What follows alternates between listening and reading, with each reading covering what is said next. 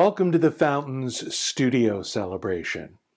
Now more than ever, people are looking for ways to connect with others who share their commitment to living into a Jesus kind of vision, a world where compassion, justice, and respect for others take priority. So, a big thank you to all of you who've been helping connect others to the Fountains. When you not only join us on YouTube and Facebook, but mash that thumbs up button and leave comments, you help the algorithm expose more people to our content. Some of you have also been sharing the link with friends and family. You would not believe the number of people who have never physically been to the Fountains, but who are regular viewers of the studio and feel like a part of the Fountains because someone sent them a link. If you haven't subscribed to our YouTube channel, just click the big red subscribe button and be sure to ring the bell icon to get notifications of our latest posts. Subscribing to our channel may not seem like a big deal, but it really helps get the Fountains message out there. So, thanks in advance for subscribing, sharing, and helping spread the word. In the meantime, from wherever and whenever you're joining us, we're glad you're here.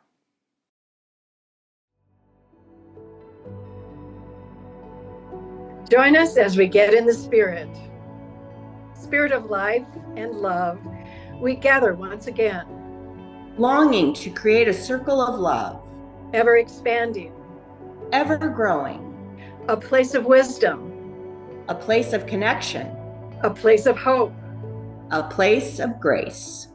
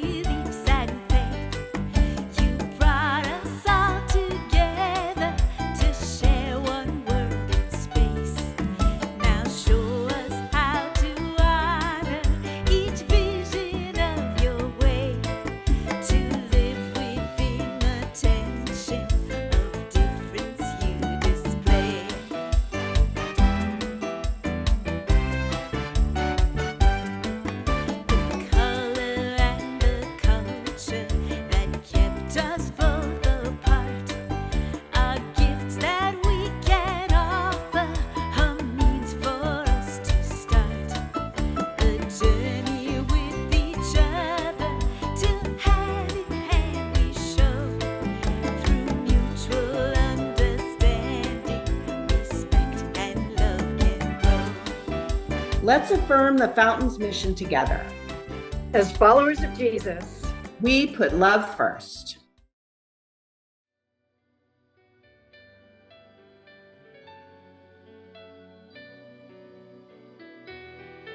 The third Sunday of Lent moves us towards the final days of Jesus' life. Days shaped by political fear, religious compromise, and public cruelty. Days that the prophet Isaiah would recognize as he called out the behavior of the powerful. The way of peace they do not know, and there is no justice in their paths. Their roads they have made crooked. No one who walks in them knows peace. We wait for light, and there is darkness, for brightness, but we walk in gloom. We stumble at noon, as in the twilight. We too know what it means to stumble at noon, to see truth distorted, to watch cruelty defended, to feel peace slipping through our fingers.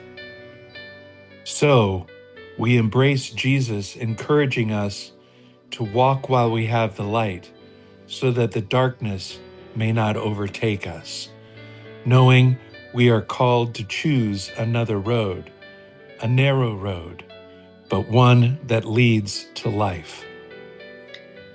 We will not follow crooked paths. We will tell the truth, strive for justice, and make straight what has been bent.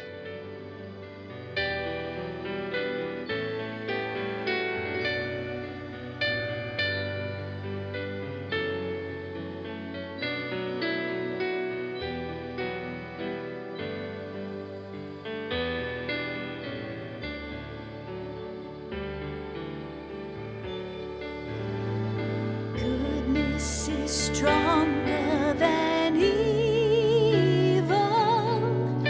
Love is stronger than hate. Light is stronger than darkness. Life is stronger than death.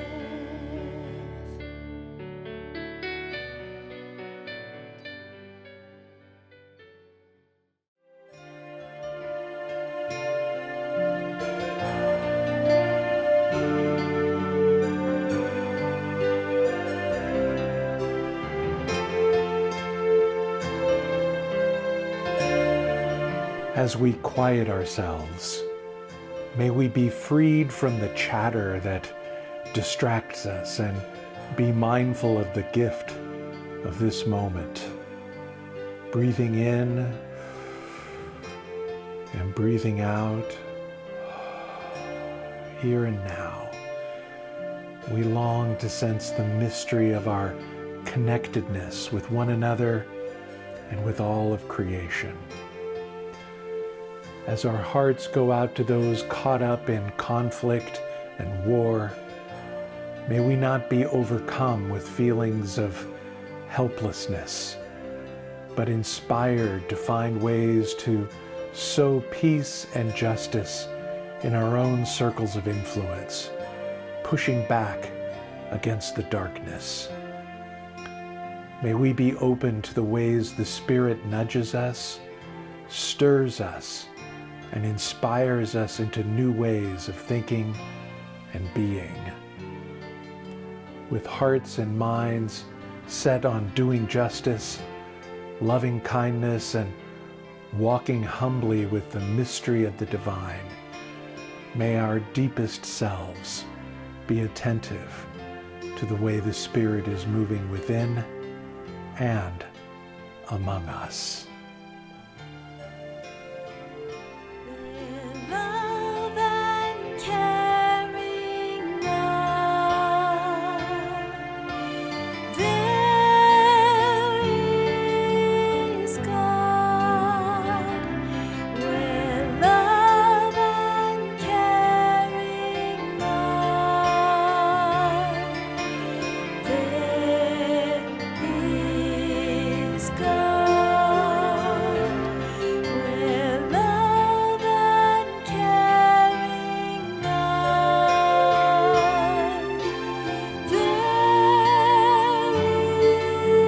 is God. Where love and caring love, there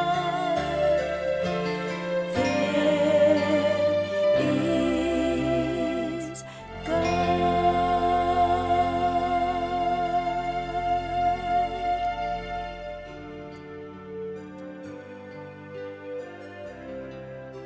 We gather together this day as fellow sojourners in faith. We bring along a sense of expectancy, a sense of high hopes, a glimpse of future possibility, and vivid imaginations. For creation is not done. We are called to be pioneers toward a future yet unnamed. As we venture forward, we leave behind our desires for a no-risk life, worldly accumulations, and the certainty of answers. Let us travel light in the spirit of faith and expectation toward the more of our hopes and dreams. Let us be witnesses to God's future breaking in. We travel as fellow sojourners in faith, secure in the knowledge that we never travel alone. This is our prayer.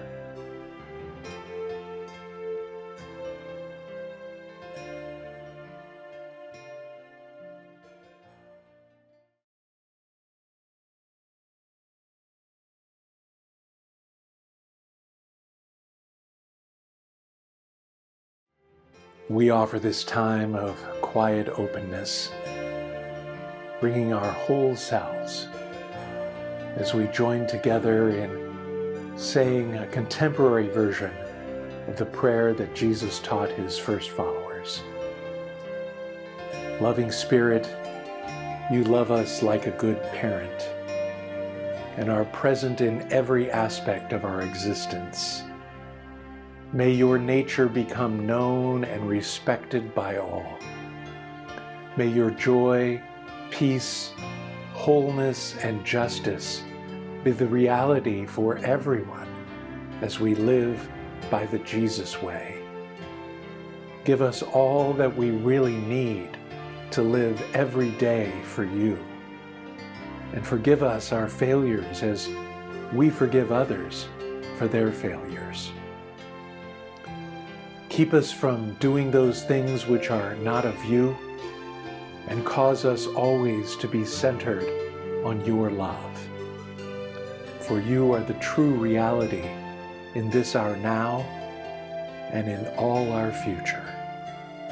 In the Jesus way we pray. Amen. Where love and caring are, there is God. Where love and caring are, there is God. Where love and caring are, there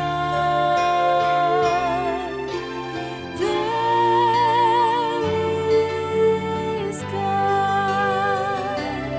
Where love and caring are,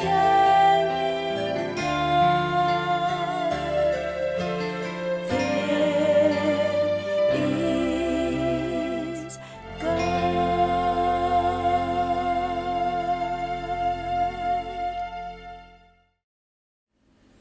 Every day, the Fountains works to put love first, both in person and through the studio. If you're one of our regular online viewers, we're grateful you've chosen to be part of this community as a digital participant. The studio exists because people like you believe thoughtful, inclusive spiritual content should be freely available, wherever people are and whenever they need it. Each week, we remind you of the many convenient ways to support this work electronically, including using the QR code on the screen, visiting give.weputlovefirst.org, or using the Vanco mobile app. When you're on our secure giving page, be sure to designate your gift to Studio Celebration. Contributions to the studio help cover the real production cost of producing and sharing what you're watching right now. Plus, your generosity lets others know that this work matters to you. Your support helps ensure that the studio remains available, accessible, and growing.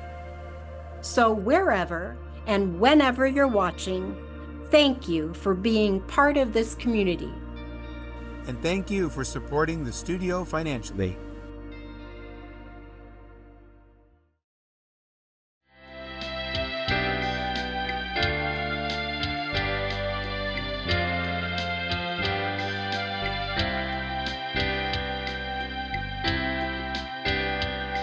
To the God who cannot die, I say yes, my Lord. I say yes, my Lord. To the one who hears me cry, I say yes, my Lord. I say yes, my Lord. To the God of the oppressed, I say yes, my Lord. Say yes, my Lord, to the God of all justice. I say yes, my Lord. I say yes, my Lord. I say yes, my Lord. In all the good times, through all the bad times, I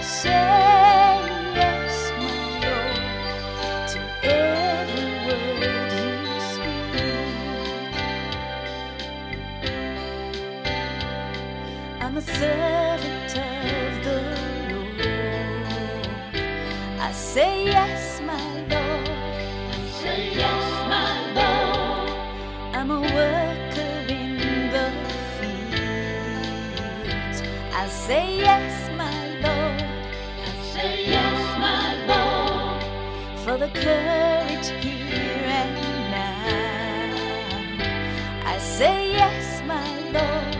I say yes, my Lord, to make the kingdom real. I say yes, my Lord. I say yes, my Lord. I say yes, my Lord, in all the good times, through all the bad times. I say yes, my Lord, to every word you speak. For the dream I have today, I say yes, my Lord. I say yes, my Lord, to be a healer of all pain. I say yes, my Lord. I say yes, my Lord, to come to love my enemies. I say yes, my Lord. I say yes, my Lord, for your peace in all the world. I say yes, my Lord. I say yes, my Lord. I say yes, my Lord, in all the good times, through all the bad times. I say yes, my Lord, to every word you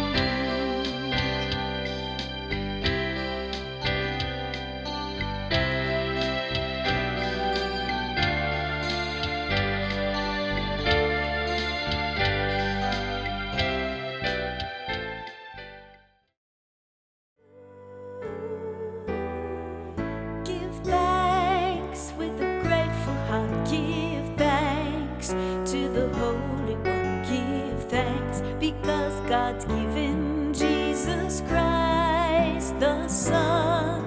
And now let the weak say I am strong. Let the poor say I am rich because of what the Lord has done for us. Give thanks with a grateful heart. Give thanks to the Holy One. Give thanks because God's given Jesus Christ the Son. Give thanks.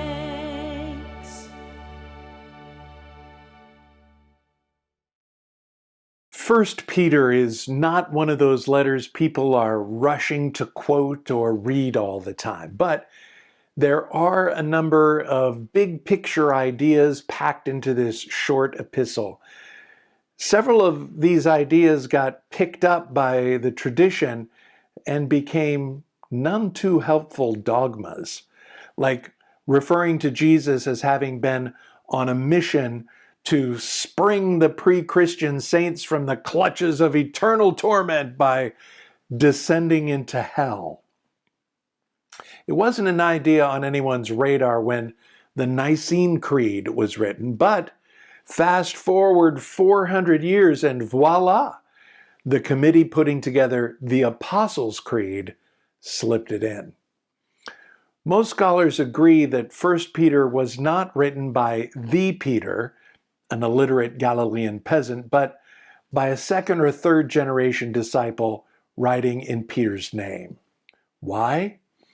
Because of the more sophisticated Greek and obvious familiarity with rhetoric and philosophy. The context of this letter seems to have been some kind of persecution of Christians, but not official Roman persecution. With some notable violent exceptions, Rome's official policy toward religion was remarkably tolerant. So it was probably more likely social persecution, being maligned and rejected by neighbors. The author advises the readers to be steadfast and persevere, and what I want to emphasize today, focus on the practical duties of life with patience and humility. Our words of wisdom are from 1 Peter chapter 5, verses 5b through 6. And all of you must clothe yourselves with humility in your dealings with one another. For God opposes the proud, but gives grace to the humble. Humble yourselves, therefore, under the mighty divine hand, so that God may exalt you in due time. Cast all your anxiety on God, because God cares for you. Hear what the Spirit is saying to the church. Thanks be to God.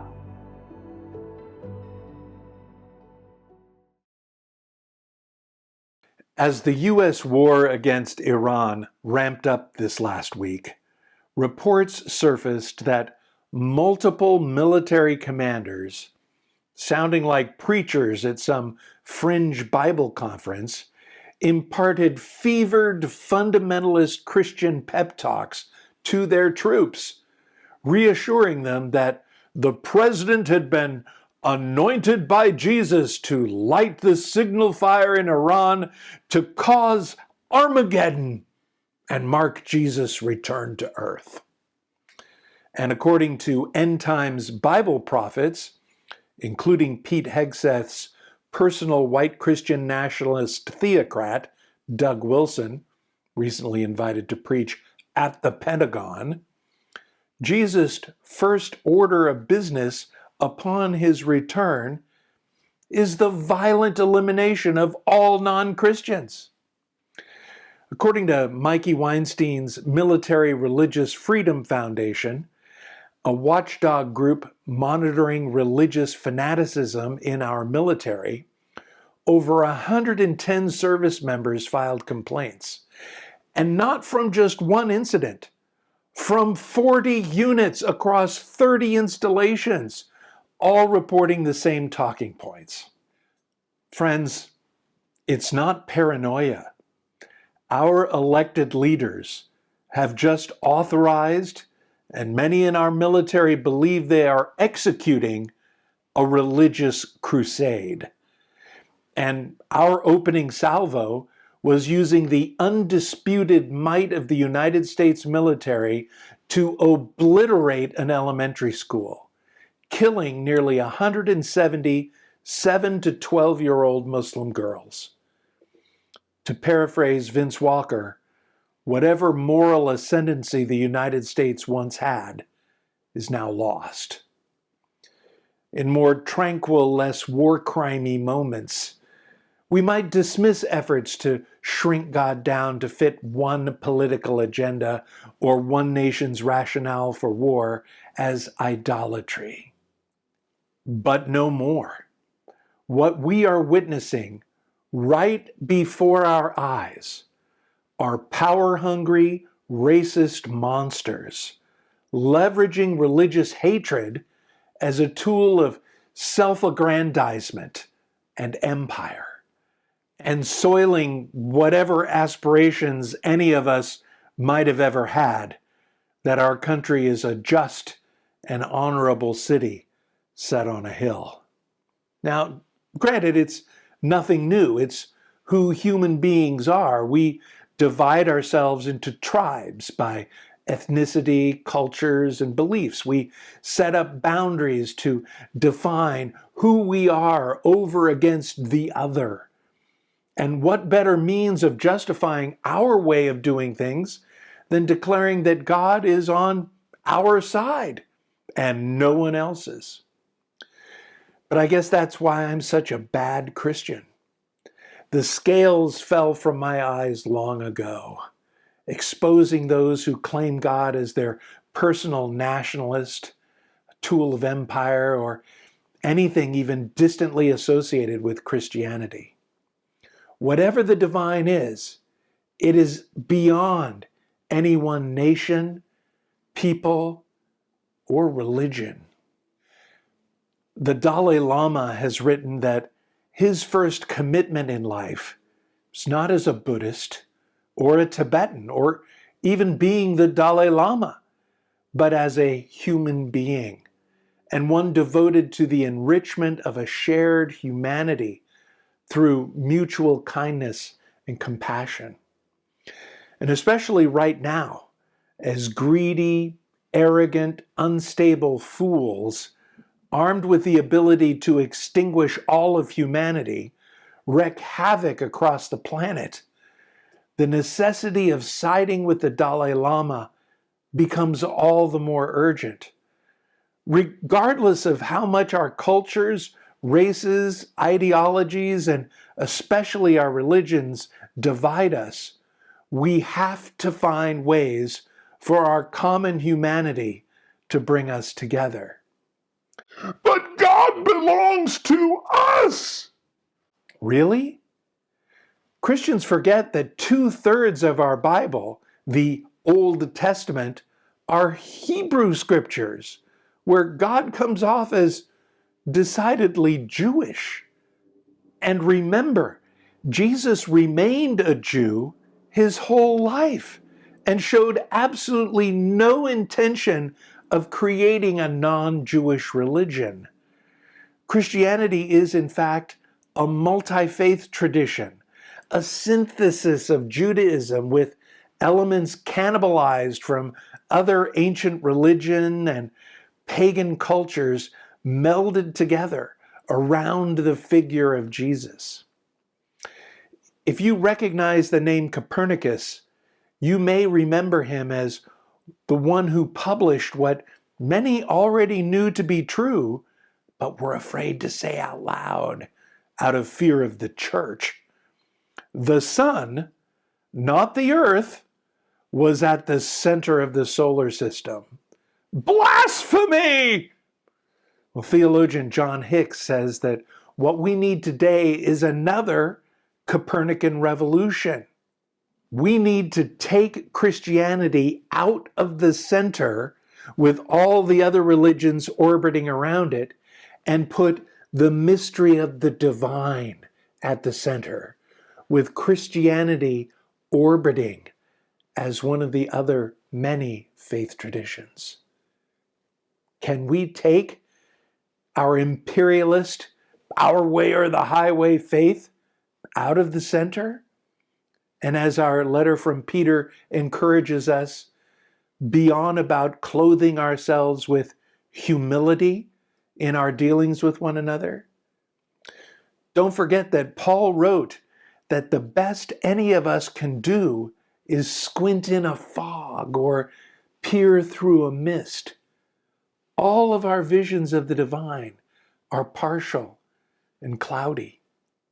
Remember the Buddhist parable about the blind people coming upon an elephant?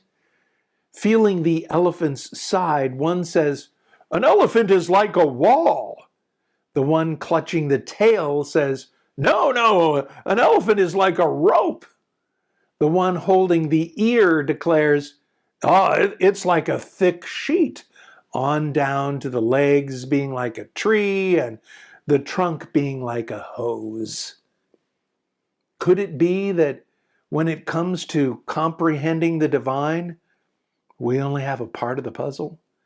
Could it be that the mystery of the divine is far beyond any of our imaginations? That doesn't mean that our meager perceptions of God are invalid or untrue. I happen to be part of a tradition that interprets the divine through the teachings of Jesus. But Jesus is just the starting point, and the details have been evolving and changing for over 2,000 years. But a lot of people simply can't practice a faith without it being right or being the sole source of capital T truth. You know these people. You may be related to them. We certainly have our fair share here in Fountain Hills, where the Fountains has been accused of ignoring the supremacy of Jesus and associating with those who are bowing down to false gods. That's an attitude that may have worked in isolated rural towns 100 years ago, but not anymore. In fact, today it borders on being un-American. One of the things I've grown up treasuring about the United States is, up until recently, its embrace of diversity. When I make a hospital call, it's not uncommon for me to interact with a South Asian surgeon, a Mexican anesthesiologist, a Nigerian nurse, and an Eastern European receptionist, potentially each of a different faith. My barbershop, owned by Russian Jews. The doctor who delivered my son Nat, a Zoroastrian from Iran. And up until the police shut it down, we had a tantric goddess temple in a house in our Arcadia neighborhood. A number of years ago, I was at a meeting of the Arizona Foundation for Contemporary Theology at the UCC headquarters in downtown Phoenix. At one point, we'd been discussing whether you pronounce sikh, S-I-K-H, as seek or sick. Later, walking out to my car, I saw a man out on his evening walk. I thought to myself, ha, there's someone who will know. Why? Because from his silhouette, his head was too big. He was wearing a turban. I walked briskly toward him and said, "Excuse me, sir," and he froze. I explained our dilemma, and after relaxing a bit in the knowledge that I wasn't going to mug him, he happily explained that it was Sikh in India and Sikh in the United States. We had a nice conversation and went our separate ways. Of course, you wouldn't hold it against a Sikh in Phoenix for being a bit jumpy when someone shouts at them and stops them in the street. The week after 9/11, Balbir Singh Sodhi, a Sikh gas station owner in Mesa, was assassinated by a so-called patriot whose unbalanced mental state allowed him to actually act on the hatred toward the other that the country was then wallowing in. In his book, God is Not a Christian, Bishop Desmond Tutu wrote, "Religion, which should encourage tolerance, respect, compassion, peace, reconciliation, caring, and sharing, has far too frequently, perversely, done the opposite. Religion has fueled alienation and conflict and has exacerbated intolerance and injustice and oppression. Some of the ghastliest atrocities have happened and are happening in the name of religion. It need not be so if we can learn the obvious, that no religion can hope to have a monopoly on God, on goodness and virtue and truth. God is not a Christian. To some, it still seems downright treasonous to renounce our monopoly on God and deal with other religions in a positive spirit. But the world is too small for people from different faiths to not get along with one another. Back in 2001, Harvard professor Diana Eck published a book, the truth of which helped motivate the rise of today's white Christian nationalists. In A New Religious America, How a Christian Country Has Become the World's Most Diverse Nation, she wrote that diversity describes a state of affairs, while pluralism represents an achievement based on an affirmation of diversity. To be pluralistic, there has to be self-conscious choice of promoting and accepting difference. Denying demographic realities and our own national motto of e pluribus unum, out of many one, we are witness today to the influence of MAGA demonizing, prohibiting, and litigating against any acknowledgement of our culture's diverse and pluralistic reality. And it's not just about being American either. Dr. Ibu Patel, Muslim founder of the Interfaith Youth Corps, says, "The ability to engage diversity and build relationships amidst diversity is a central way in which we become fully human and, in fact, share in the divine nature." In his book, How to Be a Bad Christian, Dave Tomlinson recalls an invitation to officiate a wedding. While both were born and grew up in Britain, Amaka is half Nigerian, half Indian Christian, and Ansumana, a Muslim whose family is from Sierra Leone. They wanted a wedding jointly conducted by a priest and an imam. Both traditions were to be honored in the ceremony, both fully incorporated with no cheap compromises. Tomlinson wrote, "The day turned out to be a magnificent convergence of religions, cultures, families, and communities, with 300 guests comprising a rich and diverse community of assorted backgrounds, connections, viewpoints, and influences."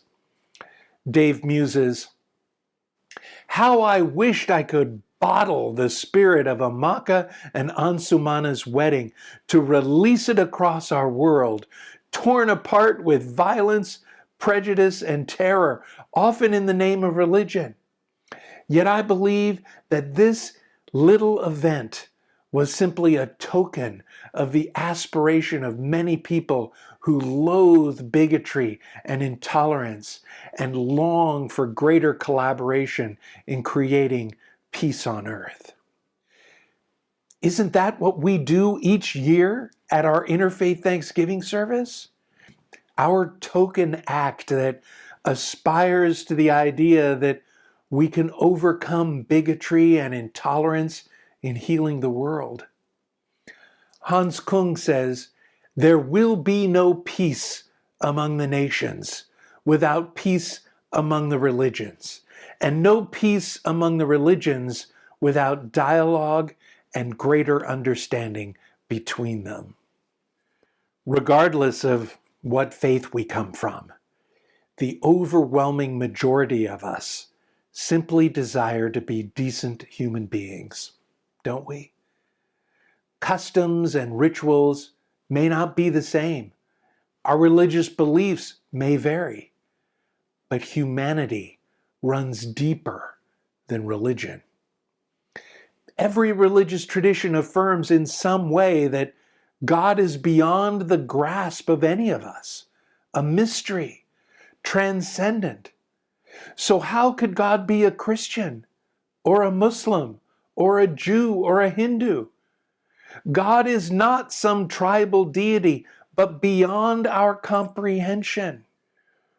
When Muslims say, "Allahu Akbar," an insecure hearer might hear, "God is greater than your God," when in reality, Allahu Akbar is shorthand for God is greater than our understanding, greater than any human idea of the divine. Okay then, what can you do? What can I do? The reality of global religious conflicts are way beyond any impact we can have, right? Well, let me close with a story. Back in 2010, the members of Heartsong Church, just outside Memphis, Tennessee, heard that a new Islamic center was being built right next door. So they put up a sign, "Heartsong Church welcomes Memphis Islamic Center to the neighborhood." And when they heard that the center would not be ready in time for Ramadan, the pastor invited their neighbors to use the church for their prayers. In post-9/11 America, this made international news. And in a village in Kashmir, a group of Muslims saw the story on CNN and were so moved that they went straight to their local church and cleaned it inside and out. In a message to Heart Song's pastor, one of the Kashmiri men wrote, "We are trying now to be good neighbors too. Tell your congregation we do not hate them, we love them. And for the rest of our lives, we are going to take care of that church."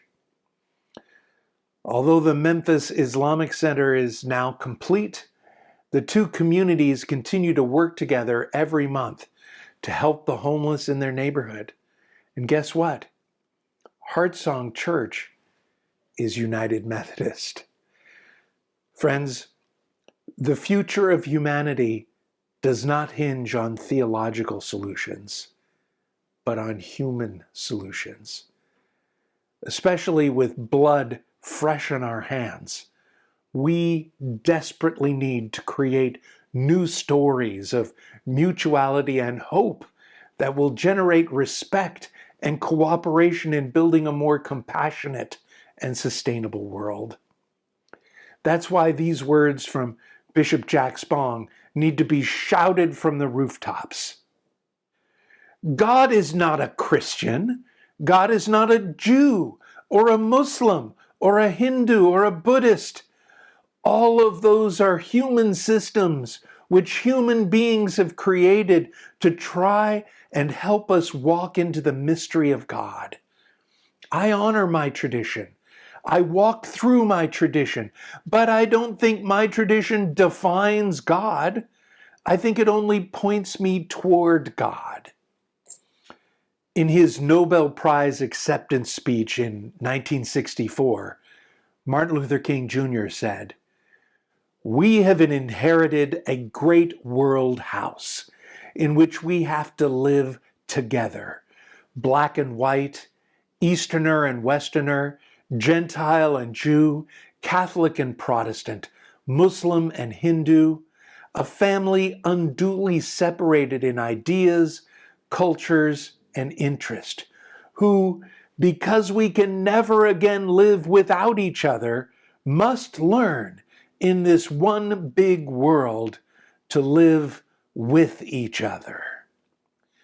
And today, as missiles fly and economies teeter, we understand even more acutely the challenge of living together in this great world house. MLK's words ring more true than ever. We must learn to live together as brothers or perish together as fools. Bob Marley had his own crazy idea. He believed that racism and hate could be cured by injecting music and love into people's lives.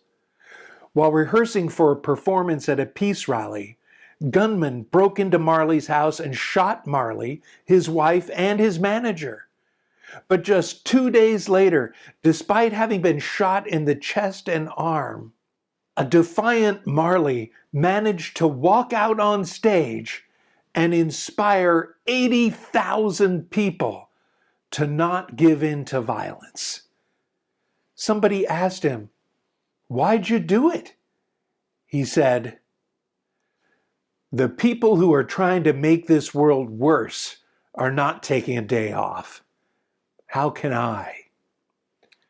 In times of fear, violence, and uncertainty, when comfortable landmarks are shifting or have disappeared, it's understandable that people long for familiarity and straightforward answers. But the future depends on those of us who know that God is not a Christian and who, with Peter, can clothe ourselves with humility in our dealings with one another and who can reclaim and revive our commitment to diversity and pluralism. We can uphold our own faith while simultaneously affirming the faith of others, and for the sake of all people everywhere, work together to spread a global culture of respect, friendship, justice, and compassion. with no time to take a day off. Be well.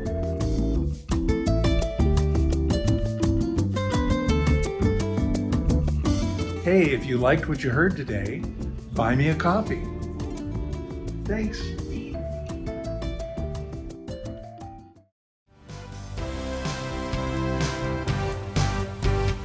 Coming to a place of candor where beliefs and creeds confer. We will not react with anger, nor tell others where they err. Can we speak of faith and doctrine? Can we listen, really hear?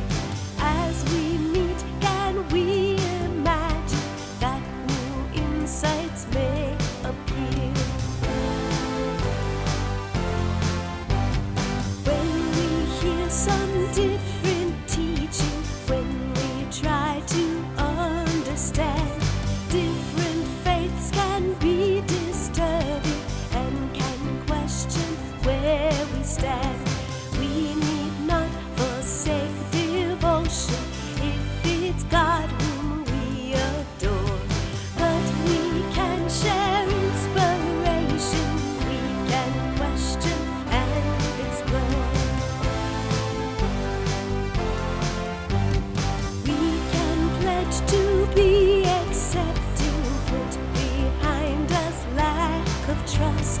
We can practice understanding, shun rebuke that is unjust. If we can affirm each other, be as friend and not as foe, we can meet and share together, let respect and let it grow.